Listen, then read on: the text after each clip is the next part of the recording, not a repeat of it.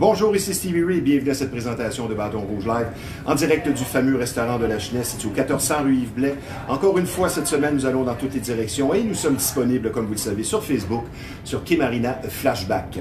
Cette semaine, nous n'allons pas parler de hockey, de baseball, ni même de football. Nous restons dans le sport et l'activité physique. Notre deuxième invité, elle fait partie de ceux et celles qui pratiquent et vivent de leur passion. Avec la belle saison qui approche, elle nous donnera quelques trucs et conseils judicieux sur le maintien et la remise en forme. Nous parlerons également de sa profession, elle qui est entraîneur spécialiste en conditionnement physique et qui connaît bien le sens du mot compétition, ayant participé à plusieurs concours. Nous recevrons donc une jeune femme énergique, l'entraîneur Gabrielle Lepage. Maintenant, notre premier invité, il est gérant et propriétaire de Performance Chasse-Pêche, donc une sommité en la matière, comme en témoignent ses fonctions et cette passion qui l'anime déjà depuis quelques décennies. Chroniqueur régulier ici sur Bâton Rouge Live, cette fois-ci, nous allons parler entre autres de pêche sur glace et de la pêche à la truite, la saison qui débute bientôt. Donc avec nous, celui qui en connaît beaucoup sur la chasse et la pêche, François Massicotte. Bonjour François. Allô? Ça va bien? Très bien. Il me semble que ça fait un petit bout qu'on ne s'est pas vu. Quelques semaines. T'as né l'hiver? Oui puis non. Oui puis non? C'est une belle saison l'hiver. OK. C'est le fun qu'à c'est tennis, sûr. mais je suis encore à pêcher à la glace en fin de semaine. C'est ça. C'est encore le temps d'en profiter un petit peu. Un peu plus tard que les autres années, peut-être? Un petit peu. Oui, un hein? petit peu. Ouais. L'année passée, dans ces mêmes dates-là, on pêchait en bateau. Avant de parler de la saison qui approche pour la truite, Ouais. on va parler un petit peu de toutes sortes de questions que j'ai concoctées pour toi. On va commencer avec la prévention, la sécurité, les précautions à prendre, parce que malgré les accidents vécus, les avertissements en termes de précaution, spécialement concernant la pêche sur glace, y a-t-il encore trop peu de considération pour les dangers chez les adeptes? Est-ce que les gens sont encore téméraires ou tu vois une avancée de ce côté chez les gens? Est-ce que ça a évolué ou il y a encore des gens qui font pas attention? Ça va toujours rester... Parce qu'aller en voiture sur la glace, je veux dire, il faut faire attention, là. Ouais. Puis les hivers sont plus difficiles qu'avant. C'est sûr qu'en région, beaucoup moins, mais ici, côté urbain, là, la glace est moins longue qu'avant, puis il y en a moins épais. Puis cette année, on a eu un hiver très, très, très épais en glace, mais on dirait que le monde sont un petit peu plus méfiants. Je pense qu'ils sont moins téméraires, oui, mais ça reste que tout le temps des exceptions, puis qu'on veut aller toujours à la meilleure place de pêche, puis, mais je crois que c'est moins pire que c'était. Question suivante. Oui. Je t'ai dit, on va dans toutes les directions cette semaine. Oui. On va te cuisiner un petit peu, là, je te taquine. Un hiver trop rigoureux, est-ce que ça peut faire reculer les chasseurs et les pêcheurs? Et est-ce que tu vois une différence au niveau des chiffres de vente? Ou à l'inverse, les gens ont peut-être plus le goût de sortir. Qu'est-ce que tu notes à ce niveau-là? Bon, l'hiver trop rigoureux... Parce que cette année, c'est comme ça. C'est très humide, tu sais. Oui. Mais c'est... Non, je pense que la saison d'hiver, quand on a beaucoup de neige, ça va faire plaisir à un par un autre. Quand on n'a pas beaucoup de neige, ça va faire plaisir à un par un autre. Tu sais, chaque sport, ça a l'importance d'avoir beaucoup de neige ou très froid. Cet hiver, il a fait très froid, on a eu beaucoup de glace. Tous les pêcheurs sur glace étaient heureux. C'est ça. La neige, on l'a eu en fin de saison. On aurait peut-être pu l'avoir plus de bonheur. Les skieurs, tout ça, sont peut-être plus mécontents. Pas beaucoup de chasse l'hiver. Mais très peu. Quelques petites dans chasses. Dans l'Ouest canadien, peut-être? Oui, mais au Québec aussi, là, une petite niche en fait de chasse hivernale.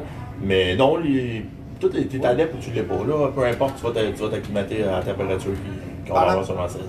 Par rapport à la chasse, ouais. On va parler d'un préjugé. Parce que, est-ce qu'on peut dire de la chasse que c'est un peu comme au hockey? Ce qu'on remarque, exemple, tu veux équiper ton jeune avec un équipement de gardien de but, ce sont des milliers de dollars. Est-ce que c'est un préjugé de dire que la chasse, c'est un sport de riches ou un sport de gars? Ou ça a évolué? Ça a évolué énormément. C'est le sport de gars, je pense qu'on peut le mettre de côté. C'est ouvert à tous. Sport de riches, non. Oui, c'est dispendieux, mais il y a toujours moyen d'y aller à moindre coût. Oui.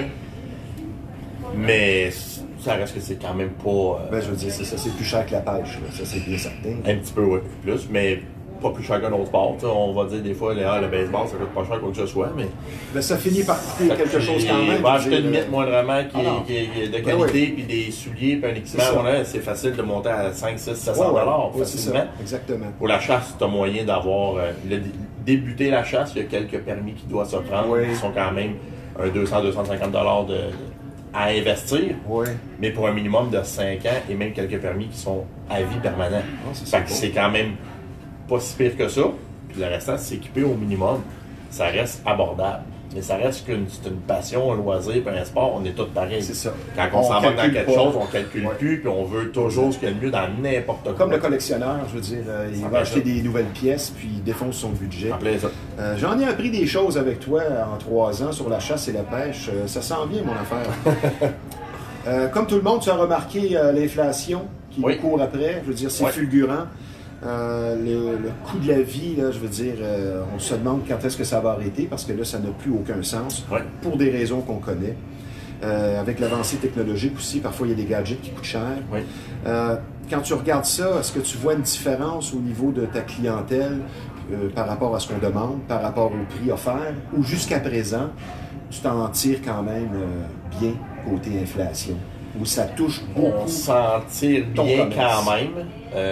C'est sûr que le monde sont quand même mécontents. Moi, pareil. Le monde, bien beau dire, ça dérange. Moi, quand je reçois des commandes, puis je vois le montant de la facture qui augmente, le pourcentage d'augmentation, ça m'écoeure autant qu'un client. Pas parce que moi, je le vends que ça m'écoeure pas moi. Là, des fois, tu te dis, il y a 2 ans, on vendait ça à ce prix-là. Aujourd'hui, il faut le vendre X montant. Ça me fait mal au cœur aussi.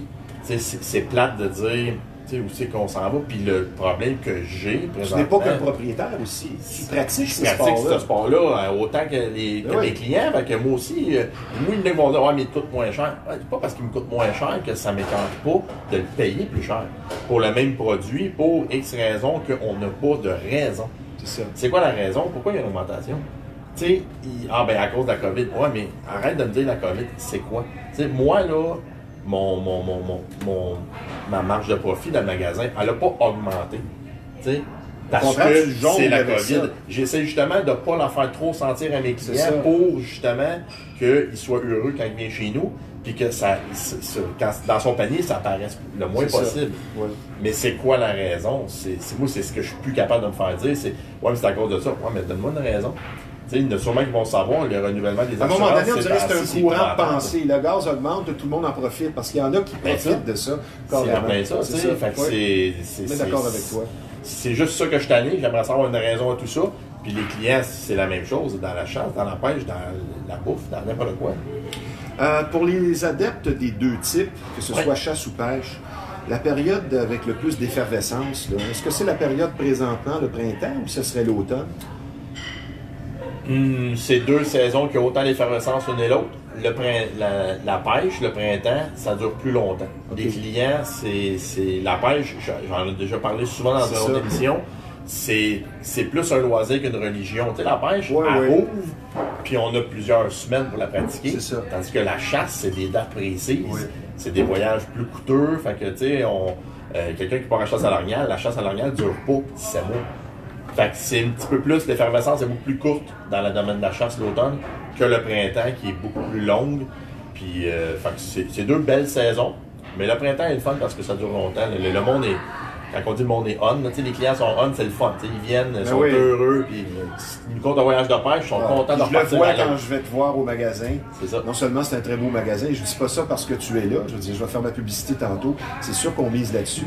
Mais on voit les gens qui sont là, sont passionnés, qui ont des histoires à raconter. C'est un très beau magasin. Depuis tes débuts dans le milieu, parce que là, ça fait quand même un certain temps que tu es dans la chasse et la pêche, non seulement à titre de propriétaire, mais tu pratiques ces disciplines. C'est laquelle qui s'est le plus popularisée des deux? La chasse ou la pêche qui est en croissance? La pêche. La pêche? La pêche. Oui, pour quelle raison? L'accessibilité. On a parlé des coûts un petit peu. L'inflation fait que le domaine de la chasse, il y a de plus grosses dépenses. Fait que ça, c'est sûr que ça l'atteint un petit peu plus le côté chasse. La pêche, étonnamment, cette année, très peu d'augmentation. On pense à... Prenez-en note, là, c'est quand même très minime l'augmentation qu'on a dans la pêche pour ce printemps. Fait que c'est le temps, justement, peut-être de s'équiper. Tu parles au niveau des prix? Au niveau des prix. Très peu de changement de prix. C'est intéressant, ça. Quelques produits vont augmenter de prix, mais principalement pas d'augmentation, presque. En une phrase? Ou 2. C'est quoi la différence de mentalité entre un pêcheur typique et un chasseur? Parce qu'il y a certainement des pêcheurs comment je pourrais dire, qui ne vont pas à la chasse parce qu'ils ne veulent pas tuer l'animal. Oui. Il y a différentes raisons. C'est quoi la différence de mentalité entre les deux? C'est comme tu disais, peut-être, il y en a un, c'est un loisir, puis l'autre, c'est plus un sport. Je pense que c'est un mot, même la passion. Mais pas la passion, mais... Il y en a un, c'est une détente, puis l'autre, on s'en va, on a une mission. C'est ça. Comme j'ai dit toujours, c'est une religion et un loisir qui n'en fait deux passions identiques, mais gérées différemment. Question peut-être un petit peu plus pointue, on va parler de la chasse. C'est quoi la différence et pourquoi on choisit la chasse à l'arc, qui est selon moi peut-être un petit peu plus cruelle, parce que l'animal ne meurt pas sur le coup, contrairement à la chasse avec fusil. C'est quoi la différence entre les deux? Pourquoi on fait tel ou tel choix selon toi? C'est côté sport. Vraiment le sport de la chose. Chasse à l'arc. C'est plus physique avec l'arc? Physique, pratique. Accessibilité au gibier, beaucoup plus difficile de se rapprocher beaucoup plus du gibier. Oui. L'accès au gibier est beaucoup plus dur à l'arc qu'à l'arme à feu. Okay. C'est le côté sport. Okay. Quelqu'un qui chasse à l'arme à feu mais qui veut se rapprocher du sport, d'arc, mais il va aller plus vers l'arbalète, qui va jumeler un petit peu les deux. Mais ça reste que chasser à l'arc, à la base, c'est le côté sport. Vraiment, là, c'est l'homme contre l'animal, plus qu'au fusil. En plein ça. Au fusil, c'est tout simplement une cible. Avec l'arc, il y a une démarche qui est beaucoup plus ardue. Oui, tu as une préparation avant ton tir à l'arc, mentalement, sur ton terrain, avant de prévoir quand tu vas tirer ton animal. Oui. Tandis qu'à l'arme à feu, lorsque tu vois ton animal, à 80-90% du temps, tu vas pouvoir abattre ta bête. Avant d'aller à la pause, 2 ou 3 questions rapides. Quelles fourrures sont les plus prisées, recherchées, donc payantes? Mais de nos jours, quelles fourrures sont les plus vendues, les plus recherchées? C'est pas mon domaine, ben. Non? OK. Les fourrures, là, c'est... J'aime ta franchise. Non, j'aime mieux pas me lancer là-dedans. Non, mais tu sais, t'aurais pu me dire le renard ou... je pourrais pas... La pêche la plus populaire à nos jours, à ce jour? D'après moi, c'est la truite mouchetée. Encore, oui. Encore, oui. Le doré est très présent, mais la truite mouchetée, je pense qu'au Québec, c'est encore ce qui est le plus... Bon, ben tiens, on va entamer. C'est la pêche à la truite qui s'en vient. Oui. La fin de la saison de la pêche sur glace. Oui. Qu'est-ce que tu dis aux gens au niveau de la sécurité, que tu nous répètes d'une fois à l'autre, mais qui est important? Ben, toujours faire attention. Toujours. Parce qu'un accident est vite arrivé. En plein ça. Toujours vérifier l'état de la glace. Toujours. C'est la première des choses. Dans le nord, il reste encore beaucoup de pêche. Comme je disais, en fin de semaine, j'étais en pêche à la truite. Pleine perceuse, après d'épaisseur de glace. La pêche était très bonne. Aucun danger sur le fleuve. Il faut faire attention, l'aérosol a passé. Beaucoup de place que la glace est brisée, mais où ce qui en reste est encore très bonne. Il faut quand même faire attention que les fissures s'en vont. Mais sonder la glace, c'est vraiment... Est-ce qu'on peut dire que la truite, c'est un des poissons les plus savoureux? Non. C'est lequel? Le doré et la perche chaude. Oui, c'est ça qui est le plus recherché. À mon goût. Oui. Mais si je fais le sondage de mes clients, là, le doré et la perche chaude, je pense que c'est les deux meilleurs poissons au goût. Qu'est-ce que ça prend pour faire une bonne pêche à la truite? Que ce soit en termes de conseils ou en termes d'équipement, qu'est-ce que tu recommandes? Disons pour le débutant. Là. Un bon équipement. Oui. C'est quelqu'un qui débute, oublier la mentalité de je commence, je vais acheter ce qu'il y a de plus cheap. C'est la pire chose à faire. Ça ne demande pas d'acheter ce qu'il y a de meilleur en plein ça. Puis la qualité des équipements ne va pas en fait que plus je suis un adepte, plus je vais payer cher mon équipement. Ouais, oui, on est tous pareils, on le fait, mais la question c'est que quelque chose qu'on paye plus cher, quelque chose qui a plus de qualité a une raison. C'est de permettre de mieux performer dans ton sport. Alors, si tu t'équipes nouvellement, on ne demande pas d'acheter ce qu'il y a de meilleur. Mais juste au moins faire confiance à nos vendeurs, de dire on est capable de juger le budget du client. Qui ont tous beaucoup d'expérience. Puis, une bonne qualité d'équipement va faire que tu vas avoir une meilleure qualité de pêche. Ouais. Tu vas avoir plus de poissons dans la chaloupe, tu vas avoir plus de remise à l'eau que de dire on va acheter ce qu'il y a de moins cher, puis si on aime ça. Ouais, mais si tu achètes ce qu'il y a de moins cher, mais souvent, tu n'auras pas de plaisir. Fait que c'est un couteau à deux tranchants, tu n'as pas de plaisir, tu ne voudras pas y retourner. On peut dire aussi de ton personnel qu'ils sont tous très expérimentés. Ouais. Je veux dire, c'est pas mal tous des gars que ça fait 20-30 ans qui sont dans la chasse et la pêche, n'est-ce Ouais. pas? Puis C'est ce que j'ai remarqué au magasin. Oui, puis peu importe les clients qui nous connaissent, Ils ont réponse à ils savent, on a une réponse à tout, peu importe, mais on est passionné. Notre but, c'est pas de vous vendre quoi que ce soit, c'est de vous le vendre, de vous l'expliquer parce que je veux vous revenir en disant j'ai pris du poisson. Le vendeur est passionné de ce qu'il vend et ce n'est pas une question de chiffres. On va prendre une petite pause, mon cher François. On apprend des choses, c'est intéressant. Je vous rappelle que vous regardez Bâton Rouge Live en direct du fameux restaurant de la Chenesse. C'est un endroit imbattable quand on parle de bons repas. L'atmosphère est chaleureuse, il n'y a rien de mieux qu'un délicieux steak cuit à votre goût. Mais n'oubliez pas, il n'y a pas que la viande rouge au Bâton Rouge de la Chenesse. C'est un menu complet qui vous attend. Donc, un restaurant de choix. Nous sommes situés au 1400 rue Yves Blais. On peut dire que c'est à Terrebonne. Donc, je vous donne le numéro de téléphone pour les livraisons et les réservations dans le 450, c'est le 581-1888. Je vous rappelle également que cette chronique est une gracieuseté de Performance Chasse et Pêche et que nous sommes présentement en discussion justement avec le propriétaire, soit François Massicotte. Vous êtes amateur de chasse et de pêche, l'endroit pour vous, c'est Performance Chasse et Pêche, une entreprise qui porte bien son nom. Beaucoup d'expérience vous attendent sur place, comme on faisait mention de tout ça il y a quelques instants, puisque ce très beau magasin existe déjà depuis un quart de siècle. Une bonne réputation, tout simplement le numéro 1 de la Rive-Nord quand on parle de conseils et de bas prix concernant la chasse et la pêche. C'est situé au 303 Notre-Dame à Repentigny. Performance Chasse et Pêche, là où la passion se vit à chaque saison. Je commence à le connaître, le slogan. Maintenant, je vous parle d'une nouvelle association, un nouveau joueur ici avec Bâton Rouge Live, avec le retour des gyms. Je vous parle justement d'un gym qui se démarque par les services offerts et son équipement, soit le Classic Gym qui est situé aux 2 places Yvon Plourde à Charlemagne. Une équipe d'entraîneurs qualifiés sur place qui vous attend, une très belle salle de musculation variée. Vous êtes adepte de bodybuilding ou tout simplement vous voulez retrouver ou maintenir la forme. Classic Gym, c'est le centre d'entraînement pour vous et un autre fait très convaincant, ce superbe gym existe déjà depuis plus de 4 décennies. Donc, ça veut tout dire. Une belle ambiance qui vous attend sur place. Donc, c'est situé aux 2 places Yvon Plourde à Charlemagne. Le Classic Gym traditionnel, magnifique et unique. François, avant les suggestions cadeaux, encore quelques petites questions. Ton poisson préféré, toi, personnellement, favori à pêcher, qui n'est pas compliqué, pas de problème, une détente familiale. Dans ton cas, c'est quoi? La truite. Oui, ça va être la belle période pour toi? Oui, la truite, là, tu l'as dit en famille, tout ça, c'est ce que j'adore. J'adore pêcher d'autres espèces de poissons, mais pour la détente familiale, aller pêcher à la truite, oui, c'est le fun. Cette semaine, j'ai entendu des gens parler là, de vêtements de camouflage. Puis je voulais te poser cette question-là. Ça m'a donné une idée. Jusqu'à quel point doit-on donner de l'importance aux vêtements de camouflage, aux couleurs aussi fluorescentes pour être bien remarquées dans le bois en termes de sécurité? Ben, c'est sûr. Jusqu'à quel point tout ça est important? Ben, les vêtements de sécurité, c'est sûr que c'est important. Là. On appelle ça les dossards. Parce qu'il y en a qui ne respectent pas ça. Non. Mais tu sais, ne pas respecter ça, c'est jouer avec ta vie, veux pas. Là, on s'entend qu'aujourd'hui, il y a énormément de monde en forêt.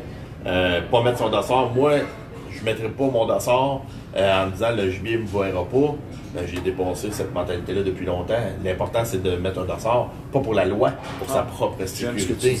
C'est sa sécurité. C'est un accident est vite arrivé. Les probabilités sont très minces, mais c'est important. Ils sont là. Ceux qui décident de ne pas le mettre, ils ne le mettent pas. Puis ça coûte très cher pour essayer de contrôler la loi. Puis ensuite de ça, le vêtement camouflage, ben, selon les espèces convoitées, puis avec l'engin de chasse utilisé, tu n'es pas obligé d'en mettre bien souvent. Oui.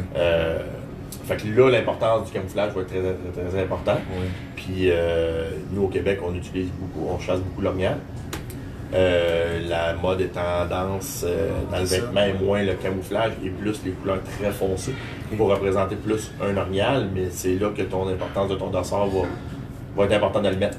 Une question de chasse, l'animal le plus difficile à chasser et pourquoi? Je penserais bien que ça serait la dinde. Ah, ouais. C'est un oiseau qui est très facile à chasser, autant qu'il peut être extrêmement difficile à chasser. Parce qu'il est alerte? Ça a des facultés Il sait que tu es là. Ah oui, ça voit tout le tour, ça a 360 degrés de vision. Elle ne veut pas finir dans le four. Ça l'entend très, très, très bien, mais c'est spécial à expliquer. Les chasseurs de dinde vont savoir, autant que ça peut être facile que ça peut être très difficile. Puis quand c'est très difficile, c'est indéjouable. Donc, la dinde est intelligente. Oui. Veux-tu, on avait un préjugé que la dinde n'était peut-être pas intelligente. Ma dernière question avant d'y aller avec les suggestions cadeaux. Est-ce que tous les membres de la famille Massicotte sont des amateurs de chasse et de pêche? Oui.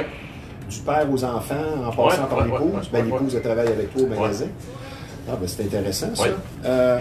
On va procéder maintenant, en terminant, à tes suggestions cadeaux. Oui. Tes suggestions de toutes sortes. Juste vite pour parler de dinde rapidement. On a des concepteurs de cales québécois. Ici, on a les cales CP, ardoises naturelles. Vraiment, regardez les cales en bois. Tout bien fini. La qualité du son. C'est la sorte de bois, l'essence de bois qui va faire la qualité du son. Cale un petit peu plus haut de gamme.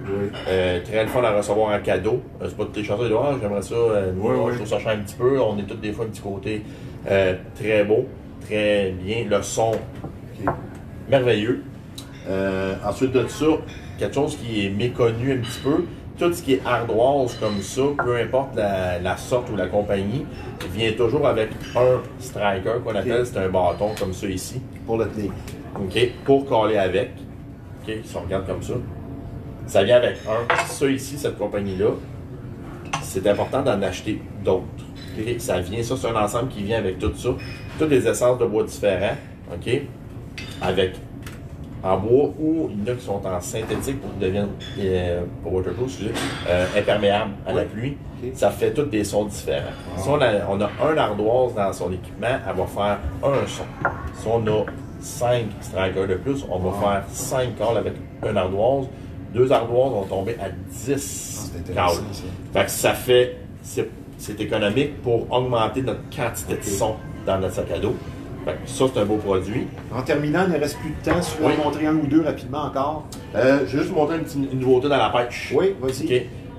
Shimano, comme ça, cette année, ils ont inventé un nouveau leurre. Je ne sais pas, vous le voyez, j'y bouge pas. Puis, à l'intérieur, il vibre naturellement sans y toucher. C'est comme si c'était un poisson qui nage toujours sur place, même si on ne touche pas. Je ne sais pas si vous le voyez, mais c'est vraiment fantastique. Très, très, très beau leurre. Un dernier avant de quitter? Oui. Avant de passer à notre prochaine invitée qui est impatiente? Oui, on a parlé beaucoup de truites. Le monde, Atomic Teaser, c'est le leurre le plus vendu, le plus utilisé pour la truite. La personne qui n'a pas un Atomic Teaser dans son coffre passe à côté d'une tonne de poissons. Il y a des nouveautés cette année. Ça doit faire 10 ans qu'il n'y avait aucune nouveauté dans ces leurres-là. Ils ont des nouveautés cette année. C'est tout en magasin, en quantité industrielle. Si vous ne le connaissez pas, venez, on va vous l'expliquer. Mais je vous le dis, encore en fin de semaine, c'est tout avec ça que j'ai fait mes pêches. C'est super. C'est écœurant comme ça. Ben, merci François. Il ne reste plus de temps. On aurait fait, je pense, une autre demi-heure. Si tu veux laisser la place à Gabriane. Gabriane, à ton tour maintenant. Oui. Merci. Fait que 303 Notre-Dame à Repentigny, là où la passion se vit à chaque saison. François Massicotte, le propriétaire de l'endroit qui vous attend sur place. Je pense que François est là même 6 jours par semaine. Maintenant, je vais vous parler d'un sujet un peu plus sérieux. Vous allez être traité avec beaucoup d'écoute et de compréhension si vous vivez une infestation. Et vous aurez compris ici qu'on parle de bébites. Et pour certaines familles, c'est carrément un drame.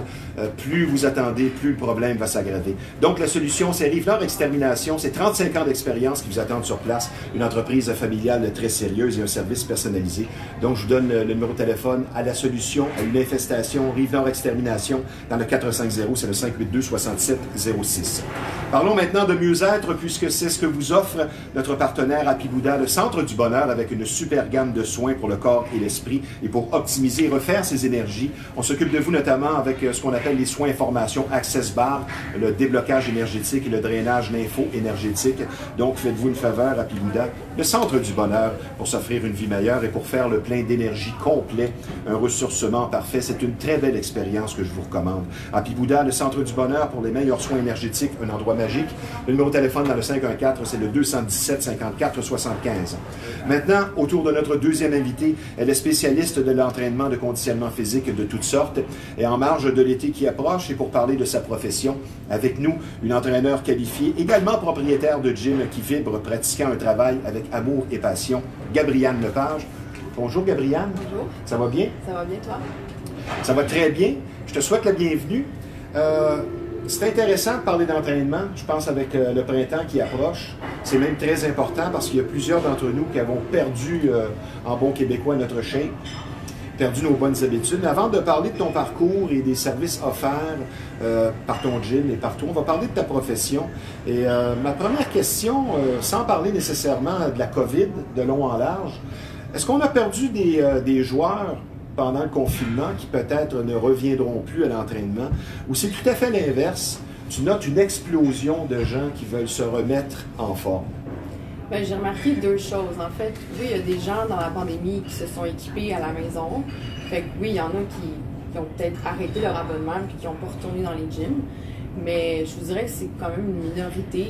Puis dans les places, dans les gyms, ce qu'on aime, c'est l'effet, l'ambiance. C'est les gens, c'est de croiser ceux qu'on connaît. L'effet de groupe. L'effet de groupe. Fait que, oui, il y a eu ces gens-là qui se sont équipés à la maison, mais il y a aussi les gens qui ont réalisé à quel point que ça leur manquait de venir dans les gyms, puis de revoir leurs amis, de revoir peu importe toute l'ambiance, la musique.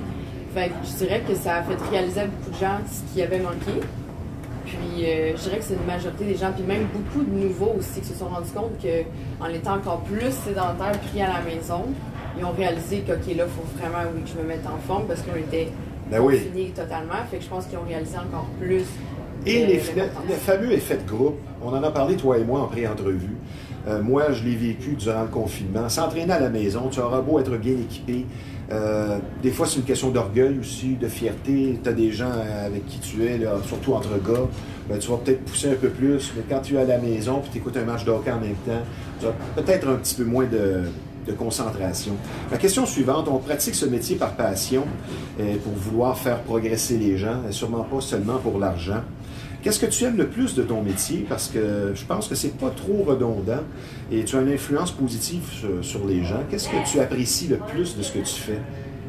Ah, définitivement, c'est de voir le progrès chez les gens, de voir à quel point que l'entraînement peut changer toutes leurs facettes dans leur vie respective. Pas juste au niveau, du physique, la force, l'endurance, le cardio, l'agilité, peu importe le sport qu'on fait, là.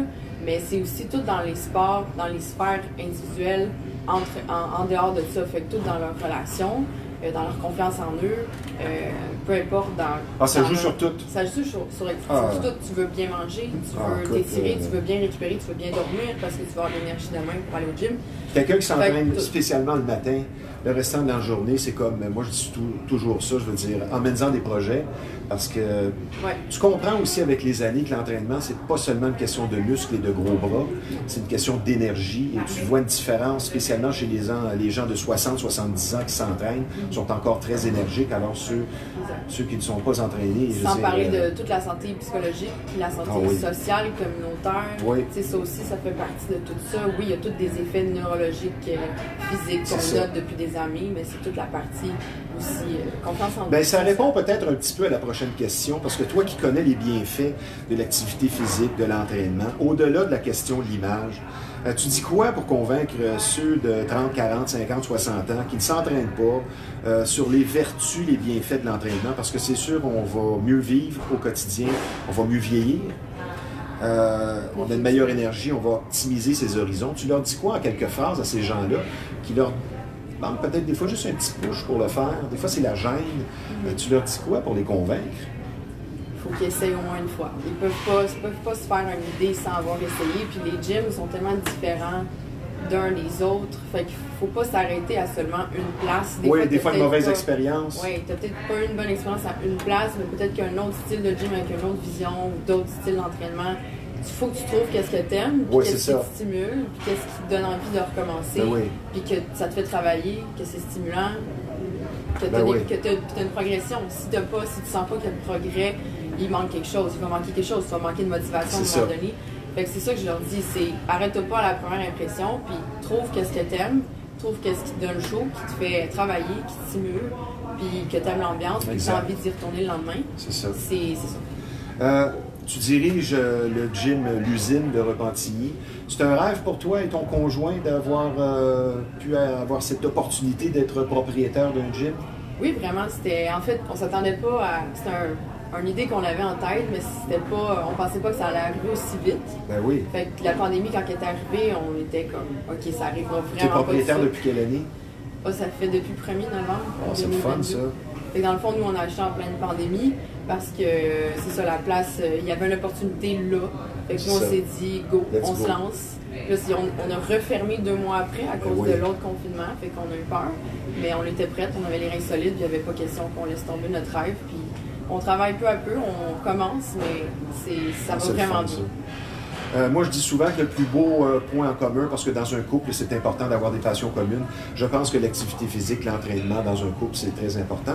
J'irais plus loin. Est-ce que tu sortirais avec un gars qui ne s'entraîne pas? Hein, ça serait difficile. Hein? Il faudrait qu'il y ait tellement d'autres choses. Il y a des beaux yeux. Toi, là, tu es, comment je pourrais dire, spécialiste de l'entraînement, mais tu as quand même tes catégories que tu connais plus parce que tu as fait beaucoup de compétitions, fitness, entre autres. Pas fitness, non, mais plus... CrossFit. CrossFit, entraînement fonctionnel. Quand tu dis entraînement fonctionnel, et ça au téléphone aussi, ça m'a interpellé, ça veut dire quoi, l'entraînement fonctionnel? Parce que tu fais des programmes adaptés aux gens. Mais l'entraînement fonctionnel, selon les dires de Gabrielle Lepage, c'est quoi en quelques phrases? L'entraînement fonctionnel, ça le dit, c'est un entraînement qui vous rend fonctionnel dans votre quotidien, dans votre vie de tous les jours. Fait que vous allez voir une différence dans votre quotidien. C'est des mouvements qui font partie de notre ADN. Fait que c'est courir, marcher, sauter, tirer, transporter.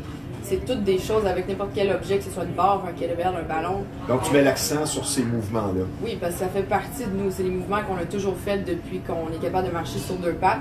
Fait que quand on travaille ces mouvements-là, bien, toute notre vie, tout notre quotidien est amélioré. Fait que c'est important. Toute votre vie, qu'on soit âgé ou jeune, on va avoir à s'asseoir, se relever, se pencher, se soulever. Fait qu'il faut savoir comment bouger, comment bien bouger, pas se blesser. Parce que j'en ai vu beaucoup, là, surtout rendus à un certain âge, qui n'ont jamais appris à comment bien forcer. Fait que c'est sûr qu'il y a des blessures, des douleurs. Fait que ça améliore tout de A à Z de la vie. Quand tu dis le visage de l'entraînement a changé, qu'est-ce que tu notes dans le courant de pensée en entraînement qu'on vit, même là, si on sort de la COVID? Parce que c'est sûr qu'il y a 20 ans, 25 ans, l'entraînement était beaucoup... on parlait de bodybuilding, les gros bras, l'image de Arnold Schwarzenegger, ainsi de suite, et ça a changé. La forme passe plus par les abdos, exemple. Qu'est-ce que tu notes dans le courant de pensée, puisque le visage de l'entraînement, comme tu me le disais, a changé? Ben dans le fond, aujourd'hui, il y a quasiment autant de gym que de visions. Puis c'est correct, puis il faut qu'il y en ait des différentes visions. C'est comme, dans n'importe quoi. Puis jamais je vais parler en mal d'un autre gym ou quoi que ce soit, parce qu'on a toutes nos visions différentes. Puis les gens, ben justement, ils vont pouvoir s'identifier plus à ça, ou plus à ce style-là, plus à ce style-là. Fait que c'est beaucoup plus de... Il y a plein de façons de s'entraîner, puis il n'y en a pas une qui est meilleure que l'autre. Nécessairement, il faut que la personne trouve qu'est-ce qu'elle aime faire, puis qu'est-ce qui va la faire bouger toute sa vie. C'est une question d'adaptation, tu sais. Oui, c'est la même chose en nutrition, tu sais, on dit le keto, le ci, le ça. Oui, mais il faut que ça fitte avec nous, avec nos valeurs. Exact. Qu'est-ce qu'on peut garder dans le temps, puis le faire pour toujours après. Puis comme tu l'as si bien dit aussi par rapport à la période de la COVID, on apprécie quelque chose qu'on perd. Parce que quelqu'un qui est habitué à aller au gym, comme moi, plusieurs fois par semaine, puis là, le gym est fermé, c'est particulier. Parce que l'entraînement à domicile, c'est vraiment pas la même chose. En tant qu'entraîneur privé, tu constates, parce que tu fais aussi de groupe et aussi en one-on-one, est-ce qu'il y a plus de femmes que d'hommes qui font appel à tes services? Non, c'est pas mal mixte? C'est vraiment varié. Oui? Âge, sexe, contexte. Je vais te poser une question qui n'est pas sexiste, mais qui peut être interprétée comme telle. C'est quoi les différences majeures et principales dans l'entraînement entre hommes et femmes? Y en a-t-il ou y en a-t-il peut-être pas vraiment? Puis s'il y en a, quelles sont-elles? Il n'y en a pas du tout. Non, pas du tout? Parce qu'on entend souvent que les poids et haltères pour les femmes, c'est pas bon. C'est du marketing. Okay. De dire, exemple, c'est une femme, il faut que tu fasses tel mouvement. Ben oui. Non, on a des fessiers, vous avez des fessiers, on a des pecs, j'ai des pecs. Ben oui. Tous les muscles sont pareils. Ce qui va changer, c'est l'objectif. Peut-être, mais en tant que tel, moi je vois chaque être humain de la même façon en tant que tel que je veux qu'il soit fort, je veux qu'il soit endurant, je veux qu'il soit agile, je veux qu'il soit flexible, énergique, je veux qu'il soit endurant. Fait que moi je vois les deux personnes du même contexte, de la même façon, je veux dire. Puis c'est beaucoup plus il y a plus de différence entre les gens et non entre les sexes. Il y a quelqu'un qui va être avancé, d'autres vont être débutants, d'autres intermédiaires. C'est beaucoup plus là que tu peux voir des différences pour adapter l'entraînement qu'entre les gars et les filles. J'ai vu différents niveaux à travers tout. Fait que non, il n'y a pas de différence en tant que telle, à part que la femme, oui, il faut regarder toutes ses hormones, tout ça, puis faire attention à ça. Mais sinon, c'est tout. On va revenir à la COVID. Toi, tu m'as confié que le gouvernement était décevant parce qu'il ne considère pas l'entraînement comme important, comme ça a été vu comme un relié à la santé. Et ça, toi, ça t'a déçu?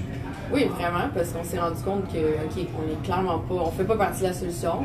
Puis nous, on est de la première ligne qui s'occupe des gens, de les faire mettre en forme, d'inculquer des bonnes habitudes de vie pour que justement ces gens-là soient pas sédentaires toute leur vie ou développent des maladies qui se ramassent dans le système de santé aussi. Fait que nous aussi, on fait notre différence dans ce chemin-là.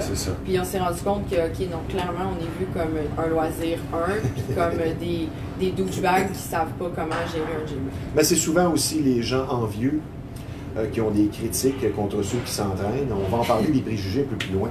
Avant la pause, moi je trouve que c'est un point important et de base. La compétition, toi tu en as fait beaucoup, mais la véritable compétition pour progresser, c'est avec soi-même et non pas avec le voisin. J'aimerais que tu me développes cette idée en une minute. Ben, c'est ma vision. Parce que tu le vis. Oui. Quelqu'un qui s'entraîne sérieusement finit par comprendre que la compétition, c'est avec soi. C'est-à-dire d'essayer d'être meilleur, mais c'est pas avec le voisin. Non, c'est ça. Puis, on est tous différents là-dessus, mais ma vision, c'est vraiment, je veux devenir la meilleure version de moi-même, développer le plus grand potentiel que je peux avoir. Puis ça, je crois sincèrement qu'il n'y a pas de fin à ça. On peut toujours développer et améliorer quelque chose. C'est comme ça que je vois la compétition. Et toi, tu es là pour aider ces gens-là à atteindre leur plein potentiel. Je vois mes clients de la même façon. Que peu importe de où qu'on part, je vais t'amener au meilleur. Oui, c'est ça.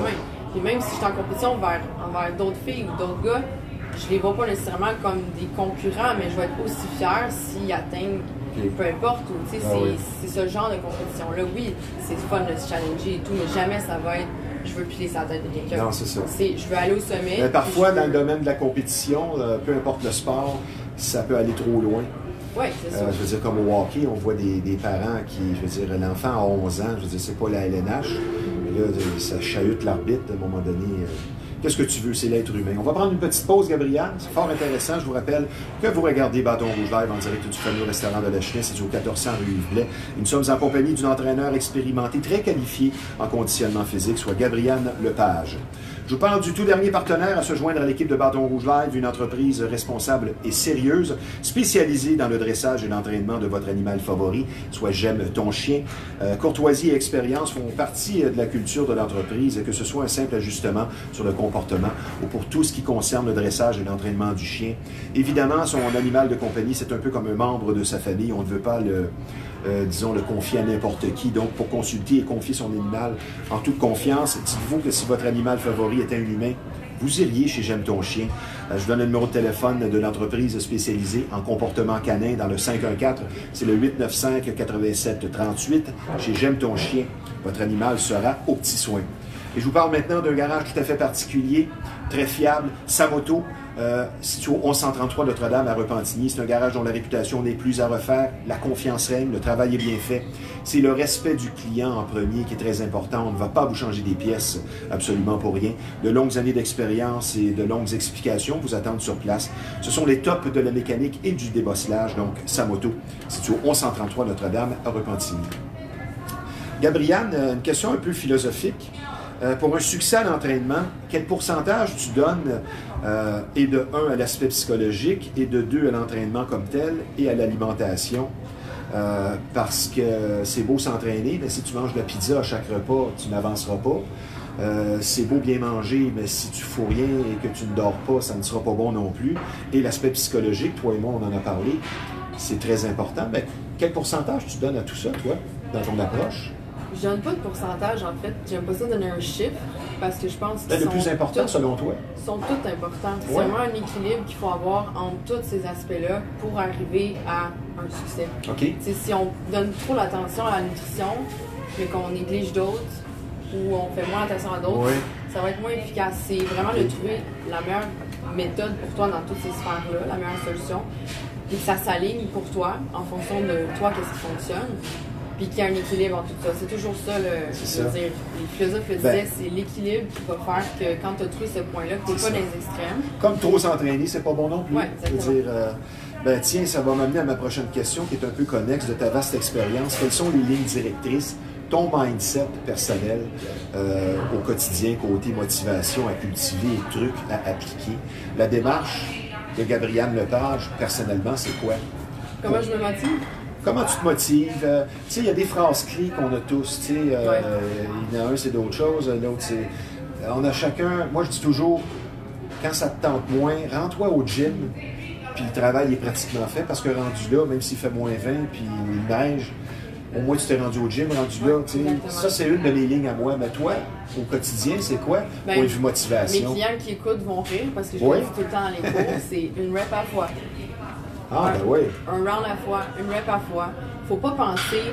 Comme l'alcoolique, un jour à la fois. C'est ça. Mais c'est important de pas trop se pitcher puis de penser à, ben là, je vais-tu finir mon entraînement, je vais-tu réussir, je vais-tu aller... Tu sais, faut pas... Ça, c'est d'être dans le futur. Puis on vit à ce moment-là, pas dans le moment présent.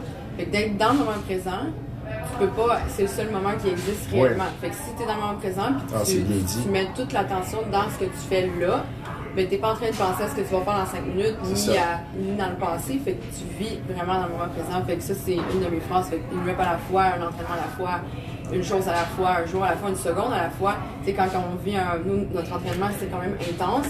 Fait que des fois, on peut passer à travers plein de sortes de pensées, là, j'arrête-tu, je prends une pause, regarde, je suis tannée, on peut passer à travers plein de choses. Mais c'est d'avoir un bon discours interne, ça, c'est vraiment important. C'est sûr que si c'est dans le misère, au malheur, ça ne me tente pas, ça ne me tente pas que tu te répètes. C'est comme quelqu'un, disons, qui est toujours négatif. Mais cette personne-là, elle n'arrivera pas à grand-chose. Question suivante, on va parler de vieux préjugés qui, selon moi, a tendance à changer. Les mentalités ont évolué, mais c'est encore présent beaucoup chez les gens, parfois, qui sont un peu envieux. Tu réponds quoi à ceux qui disent que de ceux qui s'entraînent, ils s'aiment? Tu vois, les gens qui s'entraînent, ils s'aiment eux-mêmes. En voulant dire que quelqu'un qui s'entraîne est forcément égocentrique parce qu'il va se regarder dans le miroir ou parce qu'il fait attention à sa santé.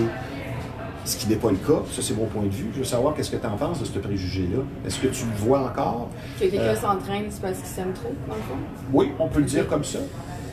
Mon Dieu, je pense que c'est... En général, dans la vie, juste de juger trop rapidement, c'est un manque, là.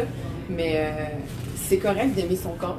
Je veux dire, on a le droit d'aimer notre corps, de vouloir l'améliorer, sans que ça devienne, encore une fois, dans les extrêmes, comme j'expliquais tantôt. Si on est dans les équilibres, puis on est dans le milieu, puis on s'accepte, peu importe dans quel temps dans notre vie, c'est correct d'aimer notre corps, puis c'est correct d'avoir les objectifs. Il faut juste que ça soit équilibré, que ça soit réaliste, puis qu'on finisse pas à tout le temps se taper sa tête avec ça.